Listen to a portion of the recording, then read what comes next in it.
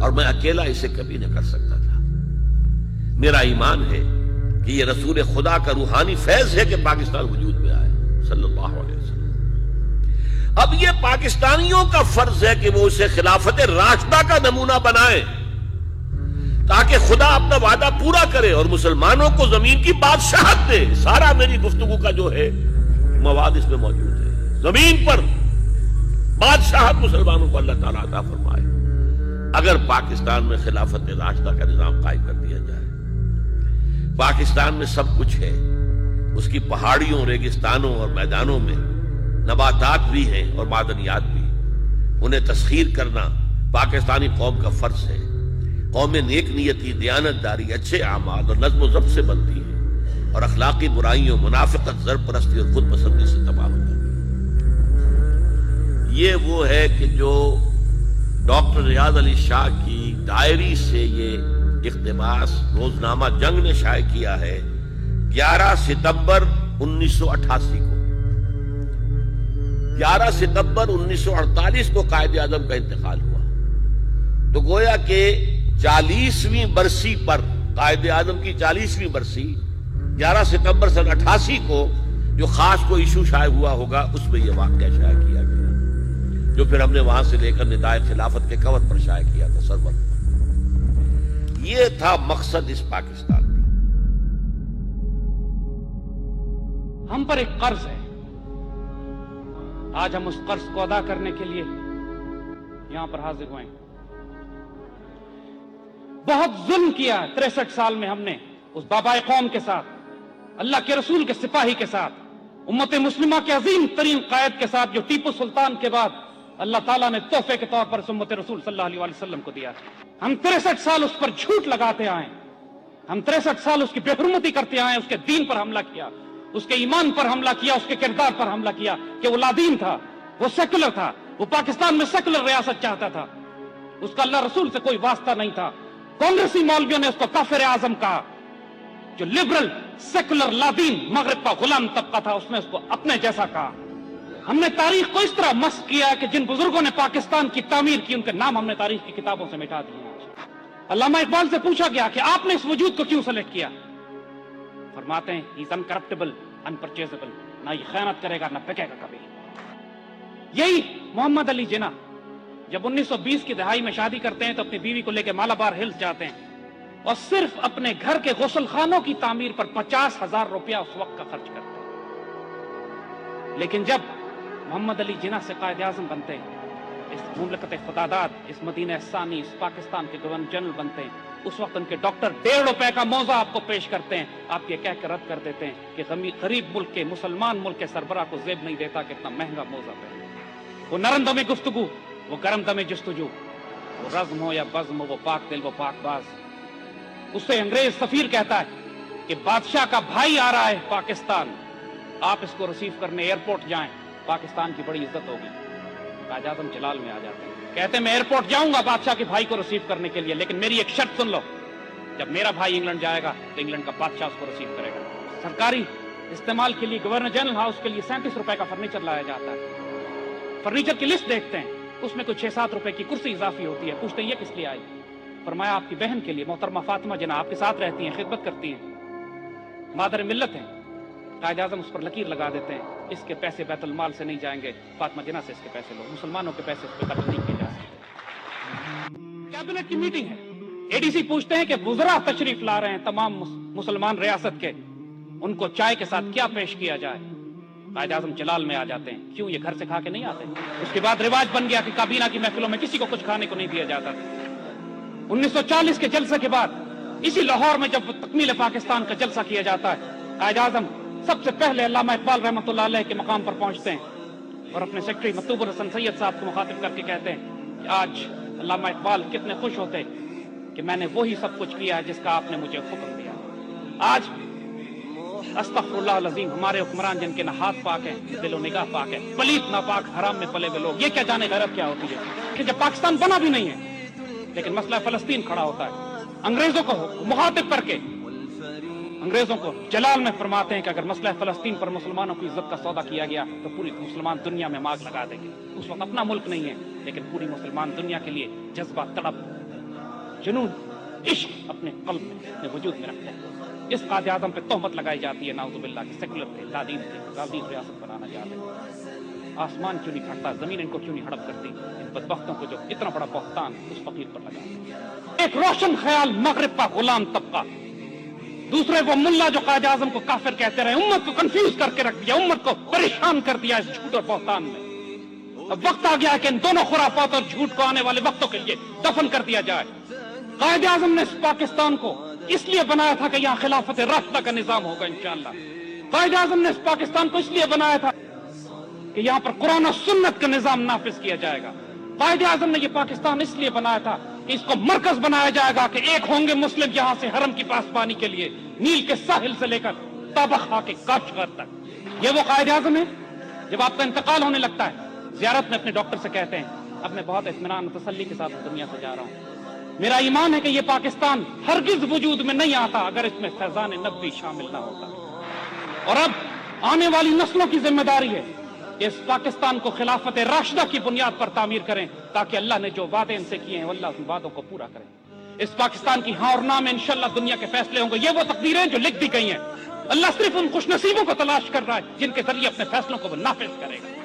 State bank کو ذمہ داری دی گئی تھی کہ اس پاکستان سے سود اور ربا کا نظام ختم کر کے یہاں پر اسلام کا معاشی نظام قائم کرے جس کی بنیاد سونے اور چاندی پہ، درہم و دینار پر، اسلام کے real wealth based economic model پر. اسٹیٹ بینک نے، اس ملک کی عدالتوں نے پچھلے 30 برس ہو گئے پاکستان کی شرعی عدالت اور سپریم کورٹ کے درمیان وہ فائل ایک دوسرے کی طرف پھینکی چلی جا رہی ہے جس میں سود اور ربا کے نظام کو ختم کرنے کی بات کی گئی. اس ملک میں عدالتی نظام جو آج بھی انگریزوں کا بنایا ہوا ہے، جو کفر کے نظام کا بنایا ہوا ہے، جہاں پہ صرف طلاق اور قتل اور کرائے کے مقدمات 30 سال تک چلتے ہیں، یہ وہ پاکستان نہیں تھا جس کا قائد اعظم نے خواب دیکھا، جس کے لیے 50 لاکھ شہداء ہم نے دیے اور جو آئندہ آنے والے وقتوں میں امت مسلمہ کی قیادت کرے گا. یہ اذانیں بار بار آپ کے پاس نہیں آئیں گی. ہندی تھی دیگر راز آیت کے نائب، ای فقیر باز آیت کے نائب. دوبارہ راز جاننے والے تمہارے پاس شاید آئیں یا نہ آئیں، یہ فقیر تمہارے پاس دوبارہ بار بار لوٹ کر نہیں آئیں گے. توبہ کا وقت تمہارے پاس اب ہے. کچھ حکمرانوں کو بھی وارننگ دی جا رہی ہے، ان کی قبروں کے نشان کسی کو نہیں ملیں گے. جس روش پہ یہ چل رہے ہیں آج، اللہ نے اپنے بندے لے کر آنے، وہ آنے والے ہیں. صرف انتظار کرو، ہم آپ کے ساتھ انتظار کر رہے ہیں. اللہ اس پاکستان کا حامی و ناصر ہے اور رہے گا انشاءاللہ.